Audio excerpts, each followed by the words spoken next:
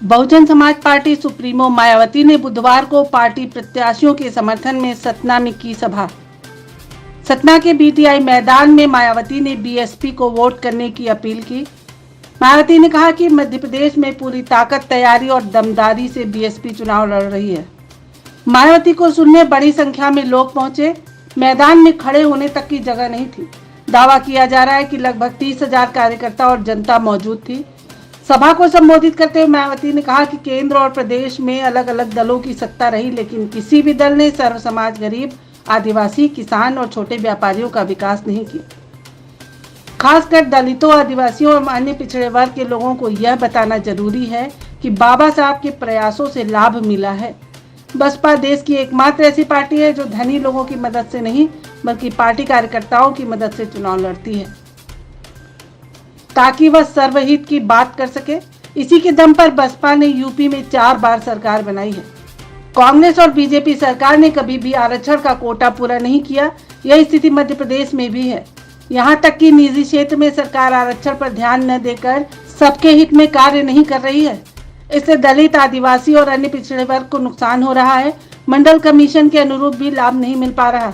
उन्होंने कहा, हमने बीपी सिंह की सरकार मंडल कमीशन की सिफारिश लागू करने की शर्त पर समर्थन दिया था। बीपी सिंह ने हमारी बात मानी और मंडल कमीशन लागू कर बाबा साहेब को भारत रत्न भी दिया था। नहीं हो सका है। जिनकी सरकारों की नीतियों व कार्यशैली को अब इन्हें और ज्यादा आजमाने की जरूरत नहीं है। और इस मामले में खासकर मैं दलितों, आदिवासियों व अन्य पिछड़े वर्गों के लोगों को ये भी बताना जरूरी समझती हूँ कि इन्हें परम पूज्य बाबा साहब डॉक्टर भीमराव अंबेडकर के कड़े संघर्ष एवं अथक प्रयासों से भारतीय संविधान के तहत मिले कानूनी अधिकारों में से खासकर सरकारी नौकरियों में जो आरक्षण की सुविधा मिली है, तो उसे भी यहाँ शुरू से ही इन वर्गों के प्रति हीन व जातिवादी मानसिकता रखने वाली सभी विरोधी पार्टियों की रही सरकारें प्रभावहीन बनाने में तथा इसे अब धीरे धीरे खत्म करने की भी पूरी कोशिश में लगी हुई है।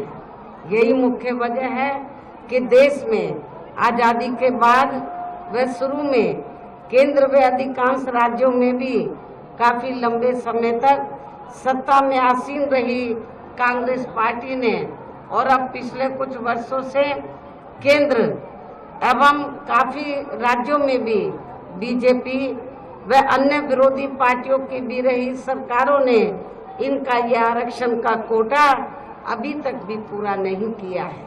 पदोन्नति में आरक्षण को तो इन्होंने मान्य कोर्ट की आड़ में काफी हद तक खत्म ही कर दिया है और इस मामले में लगभग यही स्थिति हमें यहाँ के मध्य प्रदेश स्टेट में भी देखने के लिए मिल रही है।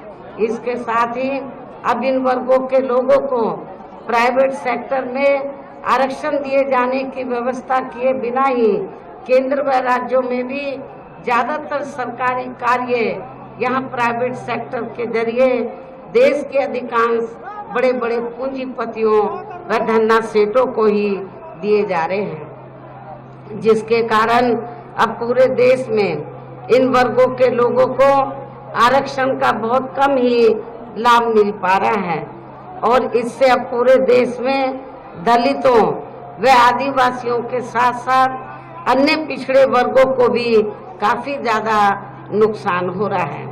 जबकि अन्य पिछड़े वर्गों के लोगों को ये भी मालूम होना चाहिए कि इन्हें मंडल कमीशन की रिपोर्ट के तहत आरक्षण की ये सुविधा केंद्र में कांग्रेस पार्टी की रही सरकार में नहीं मिली है। वैसे इस संबंध में आप लोगों को ये मालूम होना चाहिए कि परम पूज्य बाबा साहब डॉक्टर अंबेडकर ने